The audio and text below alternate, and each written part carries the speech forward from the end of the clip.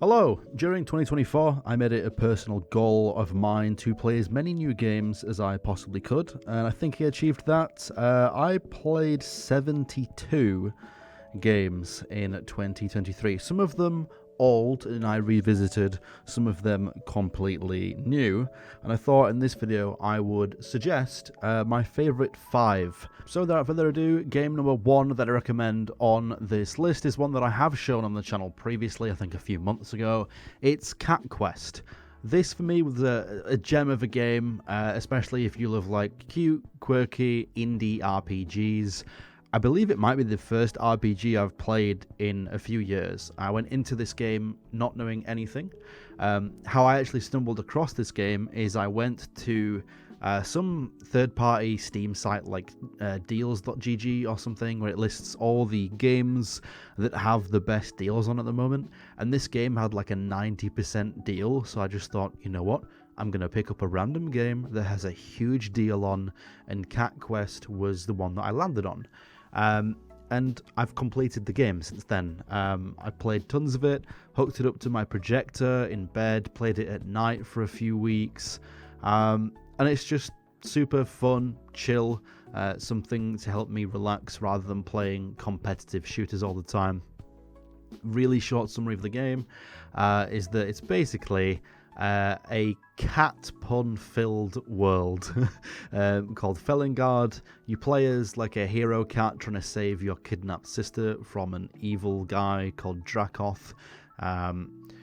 That's pretty much it. Like, you know, you'll go into different dungeons, like dungeon crawler style stuff, do side quests, kill enemies, collect items, do tasks and errands for people, upgrade your gear, learn new magic, get new weapons, armor, etc., and level yourself up until you're good enough to beat Dracoth. The game did so well that there's now a Cat Quest 2, and Cat Quest 3 is coming out this year as well, I think, so it's like a whole franchise now. Really fun, would highly recommend it. And it often is on sale. You can often pick it up for like $2, so yeah, it's not expensive at all. Next on the list is Spark the Electric Jester. More specifically for me, it'd be Spark 2. So again, with this game, there are some sequels. There is Spark 1, Spark 2, and Spark 3. I have yet to play Spark 3, but I have played 1 and 2. And 2, for me, feels like Sonic Adventure. That's like the best way to describe it. Whereas Spark 1 feels much more like the Sega Mega Drive Sonics, the 2D side-scrollers. So it's very much like a nostalgic nod to the old Sonic games. High-speed platforming, melee combat. Spark has different powers, like the homing attack and spin dashing, but also being able to like punch enemies and stuff like that. And there's also boss battles in there as well. It's got huge inspiration from basically Sonic and Kirby. Like, it mixes those two games up pretty well. Also another game that can be picked up really cheap. I want to say I picked up Spark 1 and 2 as like a bundle for like maybe around like the $10 mark, maybe 15. So yeah, relatively cheap game, especially if you get it during a sale. There's also a bit of a story to it. I believe the story gets more like in depth, and just, I guess, overall there's more of a story, more lore as you get into the further games. I think the initial game doesn't really have too much of a story. It's just text based, whereas then in the second game there's some like animated cutscenes and stuff. The whole like general gist of the game is that Spark, who you play as, the Electric Jester, got his job stolen by a robot doppelganger named Fark. And now robots are wreaking havoc in the city, and you have to stop the robots and reclaim your job, which is a hilarious concept for a game story. Next on the list is a game that I've struggled with a bit, but I'm still enjoying. It's one I'm playing on my second channel, Nade Plays Games.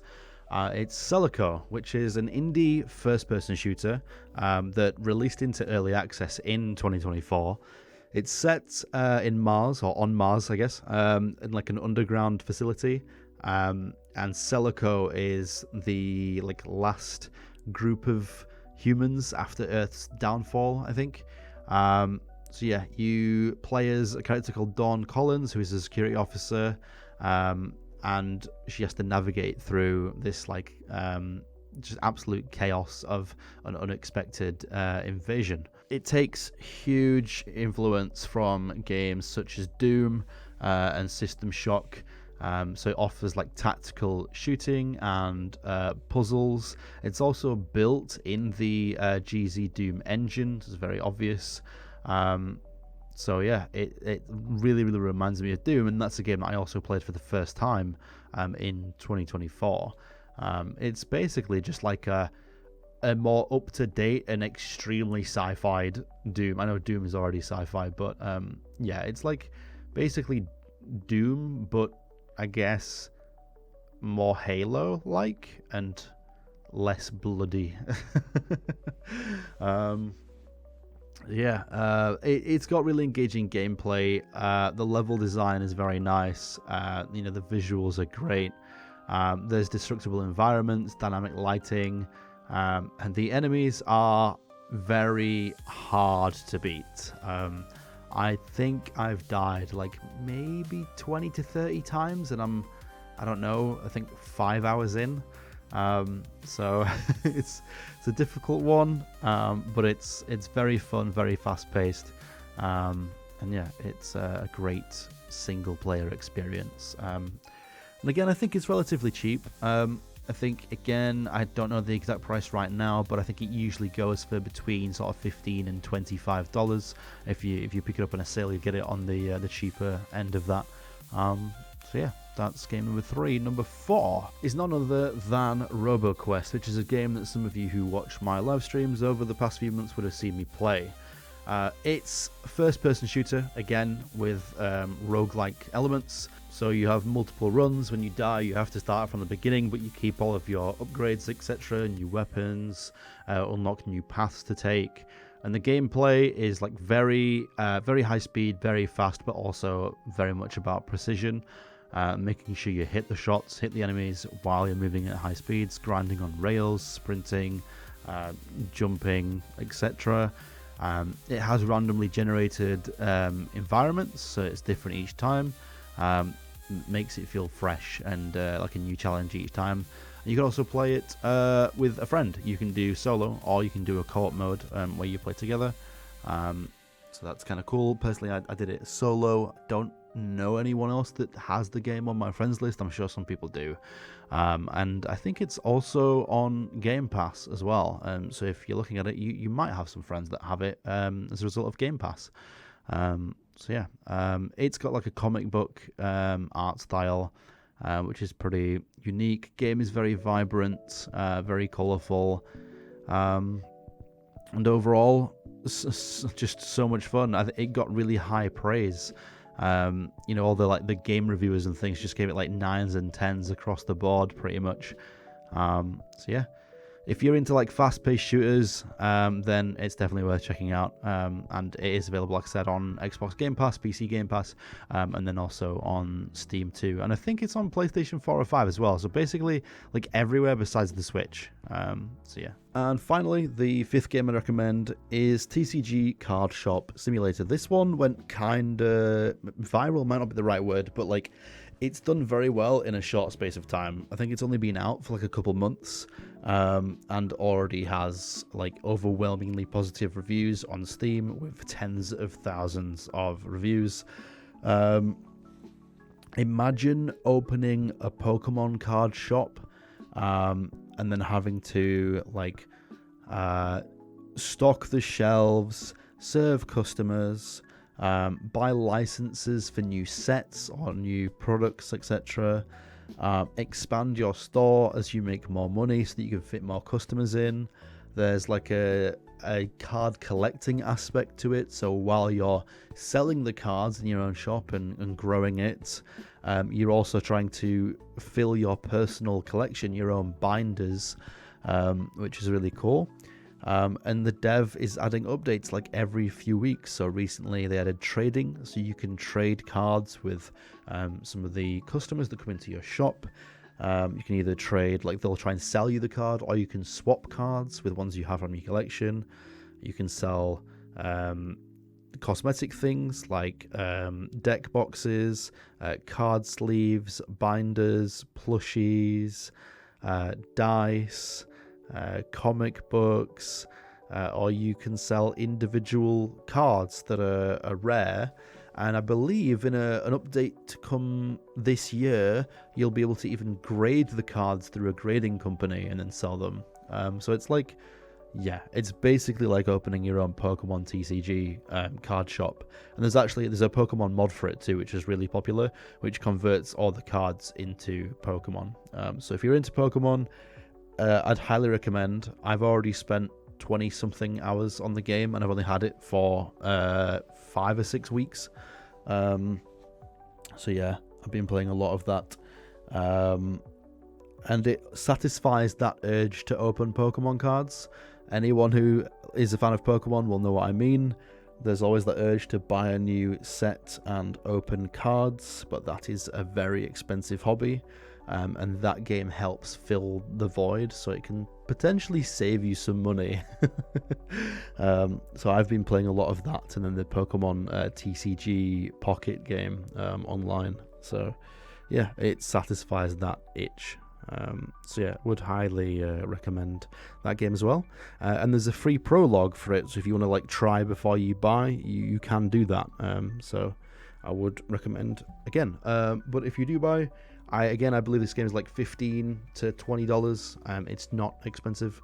So yeah, that's the final game, and that's probably the 5 games that I've enjoyed most this year and would recommend most. There are some other games. Obviously, I've played 72, so there's some like honorable mentions. For example, Bobo B is a game that's in development, but I absolutely love it. It's basically the Chow Garden from the old Sonic Adventure and Sonic Adventure 2 games, but as a standalone. So you can do races, you can do the karate, you take care of your little creatures called Bobos, much like Chows, upgrade them, level them up, etc. And I believe you might be able to trade those with friends or something over multiplayer when the game is done. So like honorable mention to that. And then honorable mention to a couple more. I really enjoyed my short time playing Nexomon, which is again another Pokemon RPG like game. I enjoyed playing Clone Drone in the Danger Zone, which was another game I played on my Let's Play channel. And yeah, that's pretty much it. So yeah. Celeste as well, let's not forget Celeste. I'm sure many people have probably already played it, but if you haven't, Celeste is really good as well. So yeah, alright, those are my recommendations. The goal is to play more new games in 2024. Don't know if I'll play as many new games as I did in 2023, because like 73 whatever games is very hard to beat. That's more than one new game every week. Obviously last year, for half of the year, I did not have a job, so I had a lot of spare time. Whereas now I am working 5 days a week, and I do get home and I'm kind of tired. So not sure I'll play 73 games this year, but I'll try and set a goal for like maybe, let's say, half of that, maybe like 30 to 35 new games. Maybe try and play like one new game every 2 weeks or something. So yeah, maybe we'll do another one of these videos at the end of the year, and I'll tell you what I've been playing. All right. Thanks for watching this video. Let me know if you've played any of the games that I mentioned today, and let me know if you check any of them out, if you buy any of them, or get them through Game Pass, because I think, like I said, I think like 2 or 3 of them might be on there. Yeah, all right. Thanks for watching this video. Goodbye.